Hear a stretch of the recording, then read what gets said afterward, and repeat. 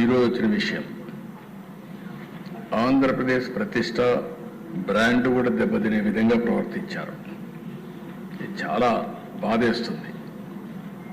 ఇంటేనే చాలా బాధాకరంగా మనం ఏ విధంగా చెప్పుకోగలుగుతాం అనే పరిస్థితి వస్తుంది. ఇంకా వాస్తవాలను రావాల్సిన అవసరం ఉంది. ప్రభుత్వం కూడా ఆలోచిస్తున్నాం. వాస్తవాలన్నీ వచ్చిన తర్వాత ఎప్పటికప్పుడు అవన్నీ కూడా అధ్యయనం చేసుకొని ఏం చేయాలో చేస్తూనే మళ్ళా మీకు ఇన్ఫార్మ్ చేస్తాం. ఏ ప్రభుత్వం అయినా ప్రజలకు జవాబుదారీతనంగా ఉండాలి. ఎవరు తప్పు చేసినా వాళ్ళ మీద యాక్షన్ తీసుకునే పరిస్థితి ఉంటేనే ఇంకొకరు ఇలాంటి తప్పులు చేయకుండా భయపడే పరిస్థితి వస్తుంది. ఏదేమైనా ఈరోజు నా దగ్గర ఏదైతే మీమారి కానీ అక్కడ వేసినటువంటి ఛార్జ్ షీట్ రిపోర్ట్ కానీ అన్నీ ఉన్నాయి. అది పబ్లిక్ డొమైన్లో ఉంది. దాని తర్వాత ఏమేమి ఉన్నాయో అన్నీ కూడా అధ్యయనం చేస్తాం.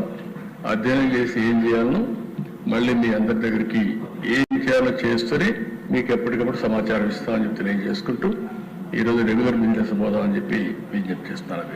ధన్యవాదాలు. నమస్కారం సీమరాజా గారు. నమస్కారం మాస్టర్ గారు.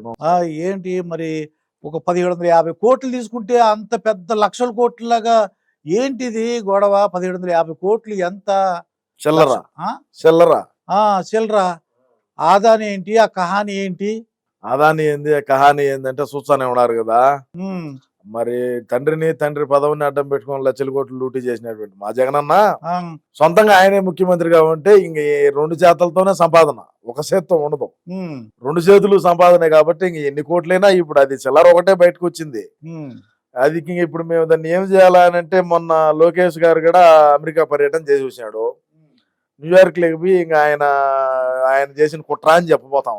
ఇది చిల్లర కూడా లక్షల కోట్లు అయితే అనుకోవచ్చు. చిల్లర కూడా వీళ్ళు ఎందుకో పెద్ద భూతత్వంలో ఏది చూపిస్తారు. చూపిని ఏం చూపించా ఏమవుతుందో చూద్దాం. ఇంకా మరి మీ నాయకుడు మళ్ళీ కథలు చెప్తున్నాడే, బెమ్మనుకుంటున్నాయి కథలు. ఏం కథలు చెప్పినాడయా? ఒక 4 ఉంటారు, ఒక మేకపోతుని మోసం చేస్తారు, కథలు బాగా చెప్తున్నాడయా. ఇంకా కథలే చెప్పాల్సింది. మేము గతంలో చెప్పినట్టు కథలన్నీ నమ్మినారు. సపరేట్ గా ఏదన్నా కథలు చెప్పాలి కదా. రోజు రిపీటెడ్ గా చెప్తా ఉంటే ఎవడు దేకుతాడు, ఎవడు దేకడం. కొత్తదనం ఏదన్నా కోరుకుంటారు రాష్ట్రంలో ఉండేటువంటి ప్రజానీకము. మేము దాన్ని నమ్మించేటువంటి దాంట్లో మేము బిజీగా ఉంటాము. ఏ మసిబూసి మారేడికాయ చేయటంలో మమ్మల్ని మించిన వాళ్ళు లేడు. మా పార్టీలో ఉండే వాళ్ళు మించిన వాళ్ళు.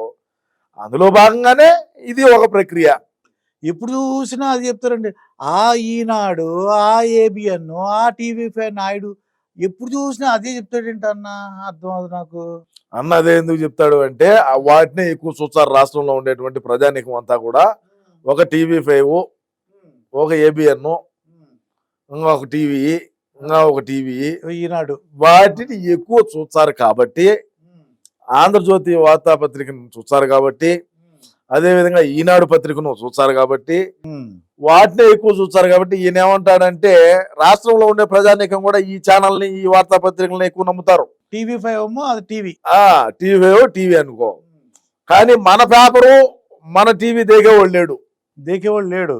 అన్న ప్రెస్ మీట్ పెట్టినా కూడా 300 మంది 600 మంది కన్నా ఎక్కువ చూడడంలే లైవ్ వాచింగ్. ఓకే.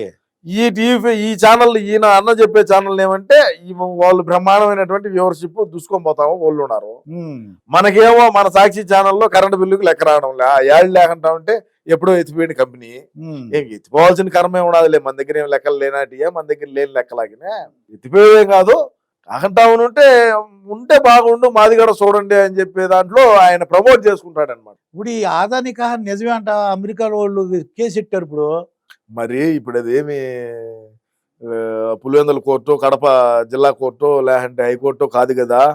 న్యూయార్క్ లో ఉండేటువంటి కోర్టు న్యాయస్థానాలు 1750 కోట్ల రూపాయలు జగన్ గారికి ముట్టినాయి అని చెప్పి అయితే వాళ్ళు తెలిసినారు.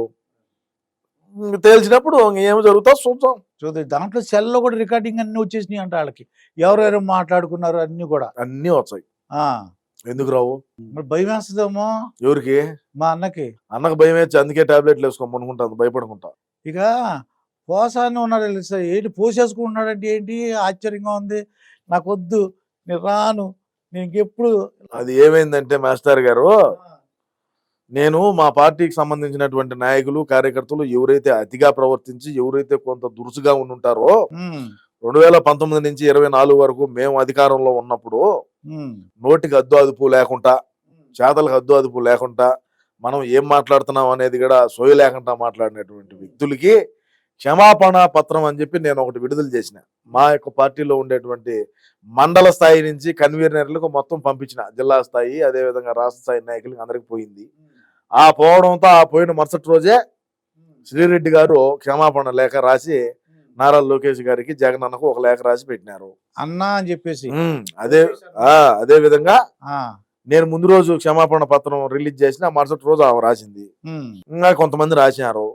ఈ రోజు పోసాన్ని ఏమైంది, నేను అతిగా మాట్లాడినాను, అతిగా అయితే చేసినాను, చేసిన దానికి ఈ రోజు నేను ఇదైతే ఉన్నాను. ఉమ్, నాకు పిల్లకాయలు ఉన్నారంటే మిగతా వాళ్ళకి పిల్లకాయలు ఉండరేమయ్యా? అప్పుడు గతంలో ఈ కూటమి ప్రభుత్వం ఏదైతే జనసేన ఈ తెలుగుదేశం పార్టీ ఏదైతే ఉండదో వీళ్ళకు లేరా కుటుంబం, వాళ్ళకి లేరా బిడ్డలు, వాళ్ళకి లేరా ఫ్యామిలీలు, వాళ్ళకు ఉన్నారు కదా. మరి ఉన్నప్పుడు నువ్వు నీ ఇష్టానుసారంగా ఎట్ట మాట్లాడతావయ్యా? ఆ, నువ్వు మాట్లాడితివి ఈ రోజు నా కుటుంబం ఉన్నదంటే వాళ్ళ కుటుంబం లేరా, వాళ్ళ ఇంట్లో ఆడవాళ్ళు ఉండరా, వాళ్ళకి బిడ్డలు ఉండరా, వాళ్ళకి ఏమి ఉండరా? మరి ఈ రోజు నీకు జ్ఞానోదయం అయిందా? ఉమ్, ఆ రోజు అంటే నీకు కుక్కకి వేసినట్టు కుక్కకి పెడిగ్రీ వేస్తాము, పోసాని గాడికి ఏదో పదవి ఒకటి ఇచ్చారు సినిమాలు నందులకు సంబంధించి, ఏదో సినిమాలకు సంబంధించి. దాంట్లో ఏమో నెలకేమో 3.5 లక్షలు జీతం దొబ్బుతీవి. ఉమ్, ఇప్పుడు మొన్న సినిమాలు ఏమి లేవు, సినిమాల్లో ఎవడు క్యారెక్టర్ ఇచ్చేవాడు లేడు, ఒక ప్రెస్ మీట్కు ఇంత తీసుకొని మాట్లాడుతీవి. ఆ ప్రెస్ మీట్కి కూడా ఉమ్, ఇప్పుడు దేకేవాడు. ఆ ప్రెస్ మీట్కి కూడా అన్న ఏంటంటే అధికారంలో ఉంటే ఆ జగనన్న అనేటువంటి వ్యక్తి ఎప్పుడు కూడా ఎవరికి ఆర్థికంగా సాయం చేయడు. ఉమ్, నీకు ఒక పదవి ఇచ్చాడు, గవర్నమెంట్ లెక్క నీకు అలర్ట్ చేస్తాడు, గవర్నమెంట్ డబ్బుల్ని నీకు జీతం రూపంలో నీకు ఇచ్చాడు. ఈయన ఇంట్లో ఏమి తెచ్చిచ్చేది ఏమి ఉండదు. ఉండదు. ఆ, తిరుమల హుండీలో వేయటము, అన్న దగ్గరికి డబ్బులు వేయటము రెండు ఒకటే. అది ఇప్పుడు ఇంక ఇచ్చేవాళ్ళు లేడు కాబట్టి వీడు మరగడం. కుక్క ఏంది పెడిగ్రీ వచ్చే మరుగుతుంది, దొరుకుతుంది. దీనికి పెడిగ్రీ వేయకుంటే ఏమవుతుంది, అది అలిగి కూర్చుంటుంది ఇంట్లోనే. దాన్ని లేయి రా అన్న కూడా రాదు. అది సేమ్ అదే పరిస్థితి పోసాంది. ఇప్పుడు ఈ పోసానికి పూసేసుకున్నారు కదా, నేను వదిలేస్తారా మన వాళ్ళు ఎవరన్నా కూటమి ప్రభుత్వం వదిలేయటం జరుగుతుందా? వదిలేస్తారా లేదండి క్షమాపణ? అది కూటమి ప్రభుత్వం నిర్ణయించదు, మాకేం తెలుసు. ఇప్పుడు మా పార్టీలో అయితే నేను చెప్తా మా పార్టీ విధి విధానాలు ఎట్టుంటాయని. ఉమ్, అది కూటమి ప్రభుత్వం యొక్క విధి విధానాలు లేనిది చట్టానికి ఏంది పరిస్థితి. అది జనరల్ ఏమంటావు మీ ఐడియా ప్రకారం? మామూలు కామన్ మనిషికి ఆలోచిస్తే వదిలేయాలా లేదా? అలాగా నన్ను అడిగితే వదలాల్సిన పని అయితే ఏం లేదు. మా ప్రభుత్వం అయితే వదలదు. అది ఈ ప్రభుత్వం మరి కూటమి ప్రభుత్వం ఎడ చేస్తుందేమో చూడాలి. ఇక విశాఖపట్నంలో ఋషికొండ ఉంది శివరాజు. ఆ ఋషికొండ ఏం చేస్తే బాగుంటది? సుమారు 400-500 కోట్లు ఖర్చు పెట్టారు. అంత డబ్బు ఖర్చు పెట్టి ఏం చేద్దాం బిల్డింగ్? మీ ఐడియా ప్రకారం దీపాడు అన్న ఉండేదానికి కొట్టుకున్నాడు. అది మరి ఏం చేద్దాం? ఇప్పుడు 9 నగరాల్లో 9 భవనాలు ఉన్నాయి విలాసవంతమైనవి. ఉమ్, వైజాగ్ లో లేదు. వైజాగ్ లో కొండందు కట్టుకున్నాడు, తండ్రి లేని బిడ్డ, ఏదో మోజు పడినాడు. ఎదురుగా సముద్రం కిటికీలు ఓపెన్ చేస్తే సముద్రం 7 కమేడ్ మీద కూర్చుంటే సముద్రం కనపడేట్టుగా సెట్టింగ్లు వేసుకొని బ్రహ్మాండంగా అంతా ముందు ఒక సెట్టింగ్ వేసి ఆ తర్వాత మళ్ళీ భవనాలు నిర్మించి ఉమ్, ఈ రోజుకి పాప అన్న పోయి చూసిన పాపాన పోలా. ఎప్పుడన్నా హెలికాప్టర్లో పోతాయేమన్నా చూసినాడో ఏమో మరి తెలియదు. ఉమ్, ఈ రోజు కూడా అన్న అయితే పోలా. అది ఆ రోజా పోయి ఓపెనింగ్ ఏదో చేసి వచ్చింది. అది కోర్టులో ఉంటే దాంట్లో కూడా దగ్గరలో రోజా గారు కూడా కోర్టు మెట్లు అయితే ఎక్కపోతుంది.